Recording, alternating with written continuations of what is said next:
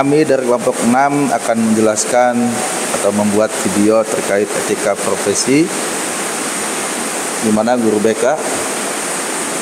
Ya, di mana guru BK itu membocorkan rahasia, ya, yang mana rahasia itu yang dijunjung tinggi oleh guru BK atau dalam kebekaan. Dampak. Nah, dampak dari bocornya identitas ataupun permasalahan konseli yang diakibatkan oleh kecerobohan konselor itu akan berdampak sangat buruk ya, terutama bagi konseli sebagai korban di sini, yang itu akan merugikan baik secara fisik maupun terutama emosionalnya. Jadi sebagai konselor kita memang harus memegang kode etik itu sebaik-baiknya, terutama di dalam asas kerahasiaan. Baik, saya sebagai guru BK. Saya sebagai wali kelas. Dan saya sebagai siswi ataupun konseli. Silakan untuk menyaksikan. Silakan masuk.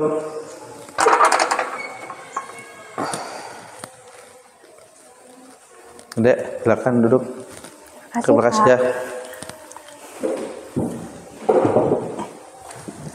Terima kasih atas panggilannya, Adek. Tahu nggak Adek panggil kenapa ke sini? Enggak, Pak. Nggak tahu. Ya, jadi saya ini dapat laporan dari wali kelas.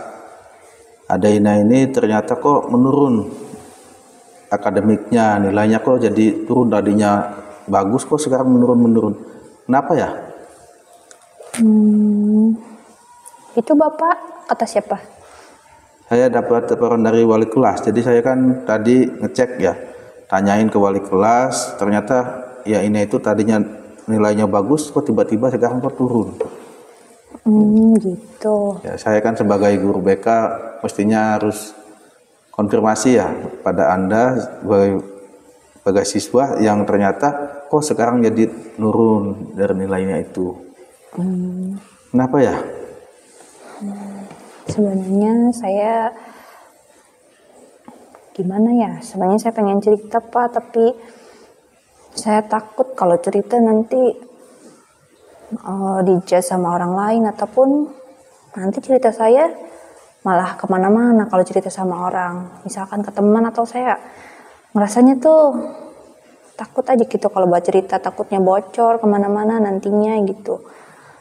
Jadinya saya diem aja sih. Oh, seperti itu ya. Jadi ini di sini jadi perlu ada ketahui fungsinya di BK itu ya, suatu permasalahan itu ya nggak apa-apa curhat aja ke BK. Jadi BK itu akan selalu menjaga rahasianya deh gitu. Jadi nggak usah takut. Jadi BK itu punya profesi di mana profesinya itu seorang guru BK ya memang harus menjaga rahasia itu. Makanya ya Bapak panggil Ade dari masalah yang Ade alami ini, nggak apa-apa, silakan curhatkan aja, ngomongkan aja, jangan sampai disimpan-simpan kemudian akhirnya ya membuat motivasi belajar Ade ini ya nurun gitu. Barangkali ya guru BK itu salah satunya adalah itu untuk meningkatkan juga motivasi belajarnya, penyebabnya apa.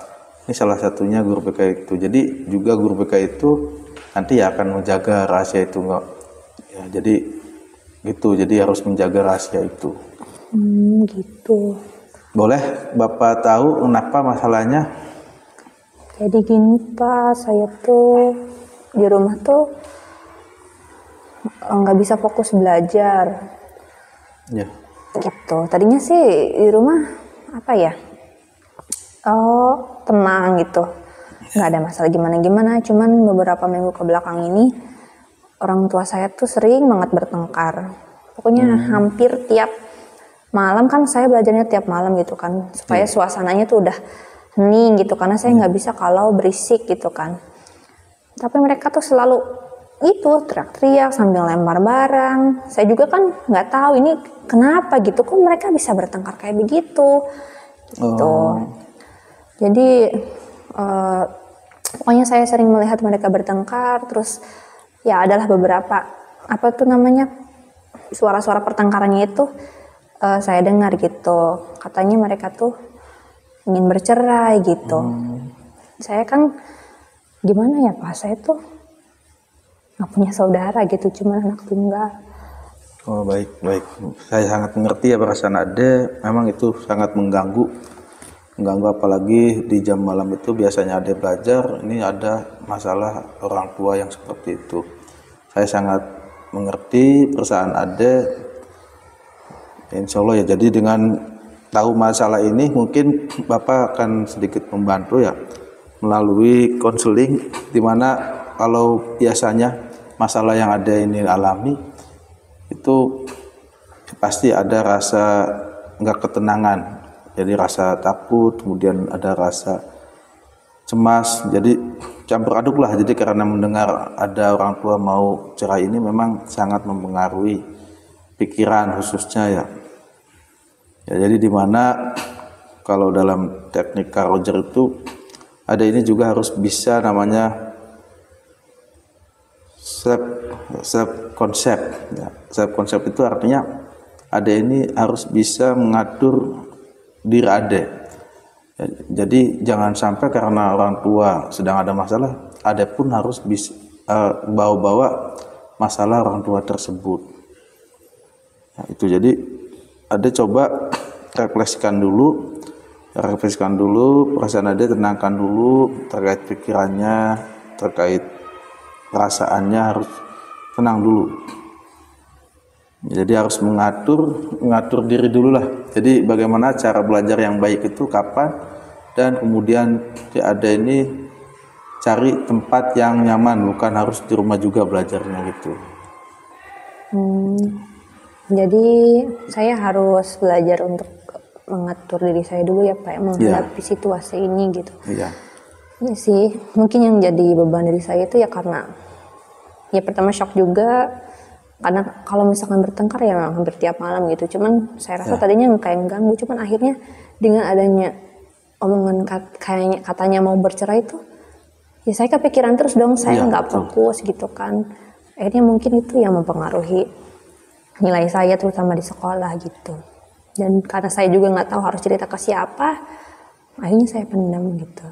Tapi terima kasih Bapak sudah mau meluangkan waktunya mendengarkan keluh kesah saya, masalah saya gitu. Baik.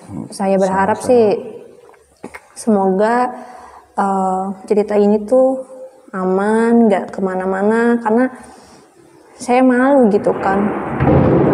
Apalagi ini masalah keluarga yang sangat apa sih namanya tuh, ya intinya aib lah gitu kan. Betul. Jadi ya memang aib. Jadi saya sebagai konselor ya saya akan mempertanggungjawabkan itu. Saya akan menjaga rahasia itu. Tenang aja Ade, jangan khawatir terkait kerahasiaan ini, nanti akan Bapak jaga. Tuh, jadi silakan Ade ya konsep diri lagi, perbaiki konsep dirinya supaya Ade itu bisa mengatur manajemen untuk belajarnya itu yang baik bagaimana. Jangan sampai gara-gara ada masalah orang tua sehingga Ade pun terbawa harus ikut ketidaktenangan ya, artinya ikut dengan masalah orang tua itu, ikut Ade itu ikut ya cemas, ikut takut, akhirnya mengganggu belajar Ade ini.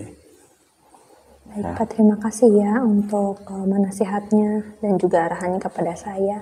Semoga kedepannya saya bisa lebih baik lagi dalam mengatur konsep diri saya. Baik, ya silakan. Jadi ada perbaikan lagi. Terima kasih Ade telah datang. Insya Allah terkait kerahasiaan ya Bapak akan menjaga rahasia itu sebaik mungkin. Jangan khawatir, tenangkan dulu Ade, ya tingkatkan lagi belajarnya. Terima kasih Pak.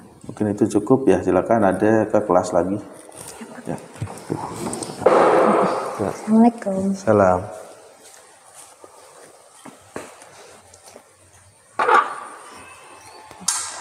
Ya Pak, silakan.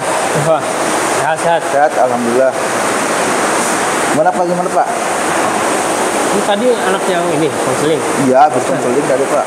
Oh. Gimana Pak? Kok tahu sih? Ini apa? Dikirim di grup sekolah. Loh, ini tuh Pak? Iya, ini dikirim ke sekolah ini. Semuanya pasti tahu ini. Wah. Semua pasti tahu nih takutnya gitu. Saya hapus dulu. Kalau ini kasusnya seperti ini gitu. Nggak bisa dihapus lagi ya? Aduh. Kalau bisa dihapus? Iya. Aduh, gimana ya? Aduh, Ini Bapak udah ya. baca semua itu? Udah baca, makanya saya tadi kesini tanya ini. Gimana ini ya? Apalagi ini mah rahasia. Aduh, Iya, masalahnya kayak gini lagi. gawat itu mah ya. Aduh. ini si apa? Ina kelas 10 ya. Iya, kelas 10 Ina dia. kelas 10. Itu dia tuh lagi broken home Pak, jadi Oh, anak broken home itu. iya, jadi Oh, motivasi belajarnya kurang gara-gara orang Iya. tuanya ya pengen cerai gitu, jadi akhirnya ya dia tuh males belajarnya. nah. Aduh gimana ya ini, wah nggak bisa dihapus lagi, Ya pasti semuanya pasti tahu sih ini. wah ini udah nggak bisa dihapus Pak, aduh. Gak bisa dihapus sama sekali berarti. Iya, aduh. Udah ngomong ke ini, ke admin. Ya, nanti saya ngomong dulu ke Amin. Udah saya mau ke kelas lagi, ada kelas sih. Ya, ya, ya. Ya, makasih Pak. Ya. Ya.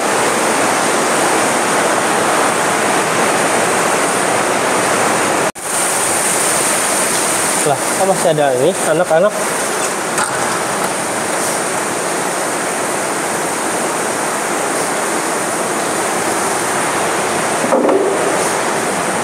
Nah. Kenapa? Itu Pak, Kenapa? itu di grup sekolah. Kenapa di grup sekolah? Kok bisa sih? Guru BK-nya nyebarin itu di grup sekolah. Oh iya, tadi juga Bapak lihat sih itu tadi. Oh ini apa? Kekirimnya di grup sekolah gitu. Saya tuh malu. Tadi di kelas juga banyak akhirnya nanya ke saya, emang itu bener? Saya kaget. Kenapa ini tiba-tiba orang-orang lihatnya tuh beda gitu. Iya. Terus mereka nyuruh, katanya emang kamu nggak lihat grup sekolah apa? Nah itu kan udah kemana-mana infonya. Ya berarti guru BK yang nyebarinnya ya. Harusnya nggak nyebarin ya. Udah tenang ya, Bapak nanti akan ini apa? Bilang lagi ke guru BK-nya ya. Udah. Ya, sekarang kan udah nggak ada siapa-siapa. Ya. Sekarang pulang aja ya, tenangin ya. Tenangin ya. Ya sok tenang ya. Tapi saya malu. Iya nggak apa-apa ya. Nggak apa-apa ya. Sekarang tenangin aja ya. Relax tarik nafas. Dah. Saya nggak mau curhat lagi. Hah? Nggak mau curhat lagi. Iya, nanti ini ya. Sekarang tenang dulu. Sekarang pulang aja dulu ya. Sekarang udah nggak ada siapa-siapa. Nanti bisa ceritakan lagi ya. Ya. Udah. Ya.